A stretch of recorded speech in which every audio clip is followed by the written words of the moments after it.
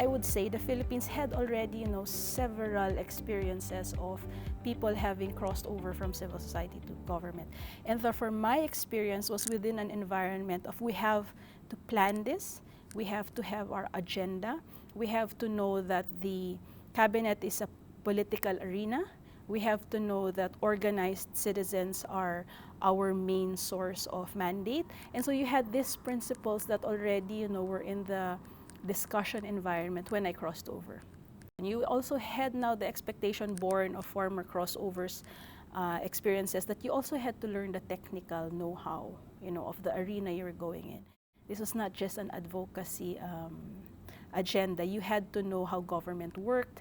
You had to know how the structures and the bureaucracy and the budget, had to do it. There is always a code to power. And once you're able to decode it, you're able to address more the inequities and the gaps in terms of empowerment.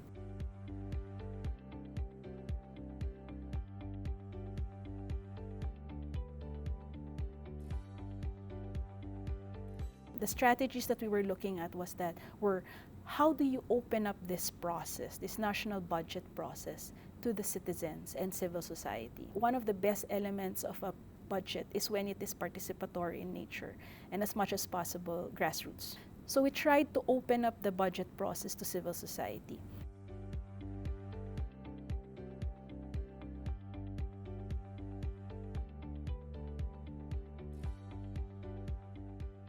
An offshoot of this was, I think, one of the best strategies that crossovers can either copy. I mean, you can multiply this all over. Is that one of the things we started to examine is we came up with what we call the principles of constructive engagement.